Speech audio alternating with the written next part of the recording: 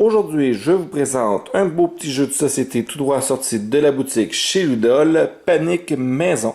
C'est un jeu pour 6 ans et plus, de 2 à 4 joueurs et d'une durée d'une vingtaine de minutes. Idéal pour les jeunes enfants, puis qui est adaptable également pour en faire un beau jeu familial. La mise en place, elle est fort simple. Chacun des joueurs va récupérer une maison comme ceci. Il va récupérer un aventurier, 3 boîtes qui vont aller dans la maison. Il va également mettre de côté 2 serpents, 2 yeux, 2 fantômes et 2 araignées. Une fois que chacun des joueurs a fait ça, nous allons mélanger la pioche, le côté des objets face visible. Un autre joueur, donc habituellement le joueur à droite, va mélanger votre maison pour s'assurer que tout est bien éparpillé.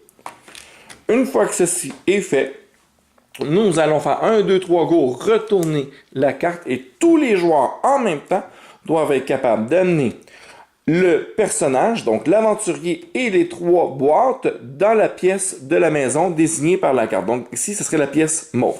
Donc on se dépêche, on envoie tous nos cubes. Et voilà, une fois que c'est fait, on dit « Panique Maison ». On arrête le jeu. Le joueur à ma droite va contre-vérifier et s'assurer que j'ai bien réussi. Si c'est le cas, super, je récupère une carte. Attention, s'il manquerait un cube, ou si par exemple, un des cubes n'est pas tout à fait dans la case mauve, à ce moment-là, ça ne compte pas. C'est un échec et le joueur va devoir rendre une de ses cartes au centre de la table, donc il va avoir perdu un point. Une fois que vous avez réussi, super, vous avez gagné votre carte, le joueur à votre droite va choisir un des éléments restants et le rajouter à votre maison. Maintenant, nouvelle difficulté, c'est qu'il va falloir réunir les 3 boîtes ainsi que l'aventurier sans aucun autre élément, donc sans serpent, des yeux qui se promènent seuls, de fantômes, d'araignées ou peu importe. Donc, maintenant que c'est fait, on retourne la prochaine carte. 1, 2, 3, go! Hop! Dans le noir. Fait qu'on se dépêche. On envoie tout ça dans le noir.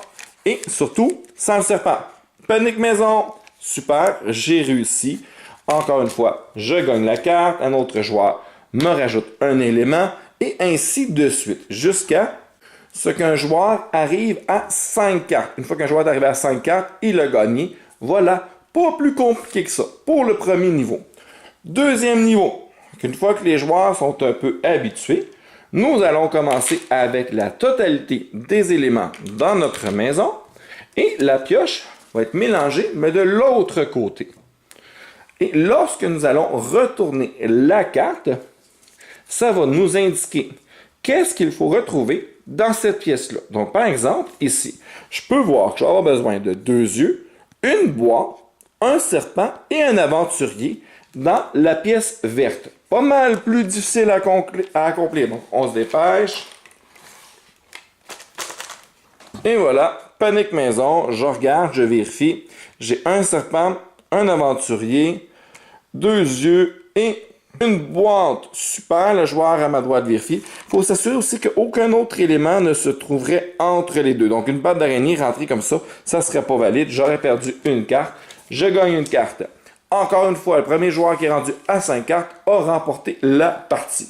Et troisième niveau du jeu, une fois qu'on est vraiment pas des joueurs aguerris, il va falloir faire l'inverse. Donc, il faut amener tous les éléments, sauf les 2 araignées. Sauf par exemple dans le cas présent, 2 araignées, une boîte, un serpent et un aventurier dans la case, dans la pièce qui est demandée.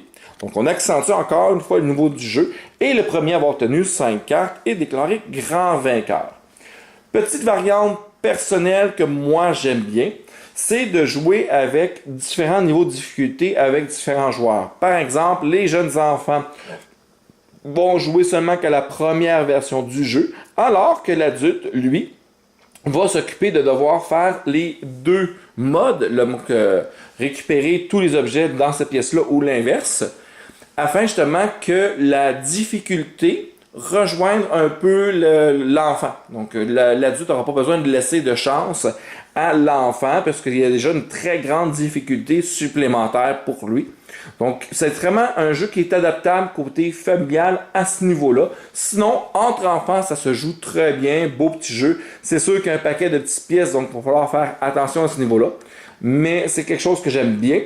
Et dans une prochaine vidéo, justement, nous allons faire une partie d'initiation afin de vous montrer la dynamique d'une partie.